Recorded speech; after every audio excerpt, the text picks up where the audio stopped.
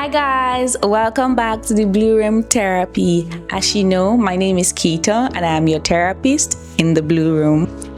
As you know, in the Blue Room, we dissect, we analyze toxicity and trauma in the workplace. Like I would always say, your job should be very sane.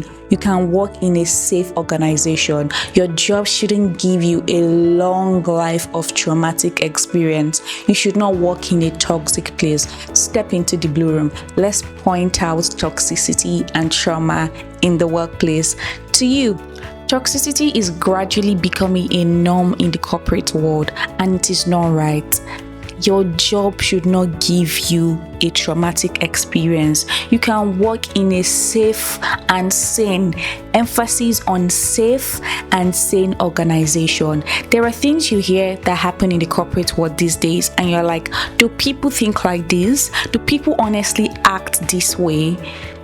On today's episode of Traumatic Story, it is an anonymous one and we'll keep it at that. Before we get into the traumatic story of the day, I am surprised. Surprised is an understatement. I am shocked that sexism is a thing in 2025. People still think that some roles are gender-based. People rob people off of their positions because they think that a role is gender-based. Today's traumatic story is about a lady that was robbed off of a promotion because she's a lady. Yes, you heard me right. The promotion, the new role was given to somebody else because they think that she would not handle it well as a lady. That is so 1900s. That should have been abolished. I don't know how people think, but personally, that is a very, very dumb take. No, I'm very sorry. Apologies for the use of word, but that's a very dumb take. Thinking because I am a lady, I would not be able to control people or I cannot undo the role well. Mind you, I am qualified professionally, age-wise, even experience-wise, I am fit for this role. But you think because I am a lady, I cannot handle the job. I beg your pardon? What do you mean by that? I beg your finest pardon. You think that I cannot handle people because of my gender. So the story of the day, the traumatizing story of the day, emphasis on traumatizing.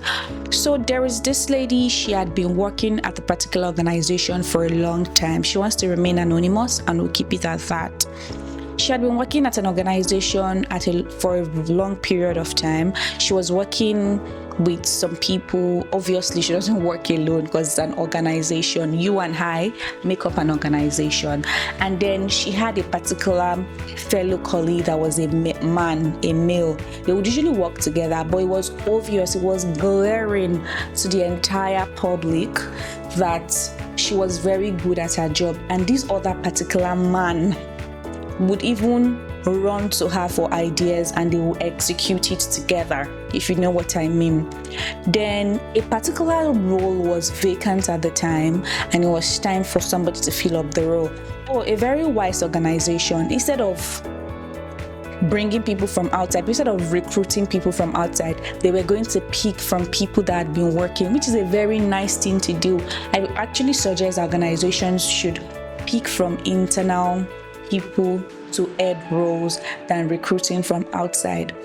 So she was very sure she could have sworn with her life that this particular role that was vacant was going to be hers. Although not once, not twice, never did they ever agree that they did not give her that role because she's a lady. They never admitted to it because, admitting to it will obviously make them look bad. But it was glaring to everybody at the organization. Even junior colleagues will come to her and say that, oh, we are so sorry. We knew that you are the right person for this job. How do people think? You think because I am a woman, I would not be able to undo it. And guess what? She was way better, like 10 times better than this other guy.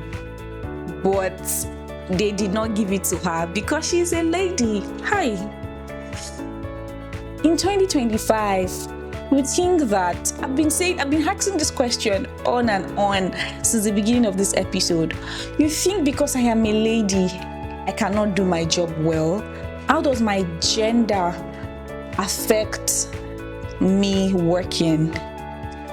And because she's good at what she does, even when they made this guy the team lead, he would always run to her for help, ask her questions, and guess what? He would take the glory for it. They were friends before the whole power tussle and becoming team lead. She felt their friendship could still survive the whole power structure, but guess what? He started acting all bossy too. I am your boss now, and you would answer to me. Yes. People get power drunk. I don't actually blame him. I blame the people that gave him the role. It's not like he's a bad person at his job, but he wasn't very competent for that particular role. You would run to me, ask me questions, I will direct you right, and you will go to the members of the management team and take the glory for what we did collectively. That aside, they were friends.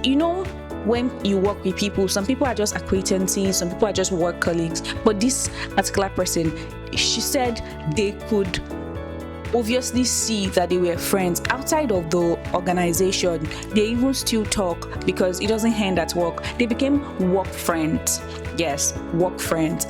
But power intoxicates. It became very power drunk that when anything is done collectively, he would take the glory for it and then make the other person like they are not even on the team, which is not right.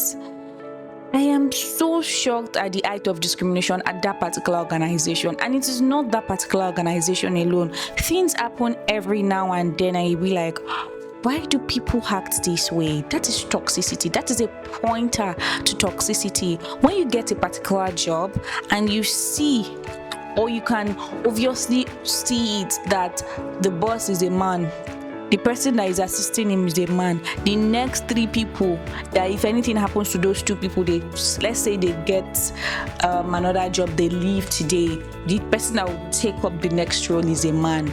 I mean, some people are actually very qualified and it happens that way, but there's some people that they would not pick, they would not even bring the name of the fellow or any female on the team because they feel like they can't undo it. They are not man enough. That is such a sexist thing to do. Kai! The lady in question became a shadow of herself. Imagine working together collectively and then you go to present it like it is yours. You take the glory for another person. You take the credit for another person's work. She became a shadow of herself. The organization became very toxic to her. She would just wake up and go to work. She was just praying to God for something great, something new to happen in her life. She said she developed thick skin and just went with the flow. That is not right. Developing thick skin at an organization because of the way they have treated you is very bad. I mean, to get through life, you have to develop thick skin because you cannot be soft like jelly and then people toss you around. But at an organization where you are working based on professionalism, that is not right. Developing thick skin in a toxic organization makes you a toxic person. Before you realize it, you start treating people the exact same way you're treated. You carry that mentality to another organization. Before you know it, you start acting abysmal and you become the exact toxic version of how they treated you. Please, I beg you in the name of God, if you get a job and you can see that it's a toxic work environment, try as much as possible to leave. I am not promising you that your other job would not be toxic as well, but one thing that you have learned is you see the pointer to a toxic organization. On to the next. See, it's an endless cycle. You continue, you try as much as possible from this to that, from this to that. Before you know it, you probably become a boss of your own, a boss on your own, and you treat people right. You treat people the way you've always wanted to be treated. This is 2025. If you're watching this video and you think that a particular role is gender-based, you need to be exposed. Have you seen women in the corporate world today? Have you seen women in a working organization, not a toxic one? I mean, I used to work at an organization that was owned by a female, and I promise you, it was one of the best working environments that I've experienced in all my years of experience.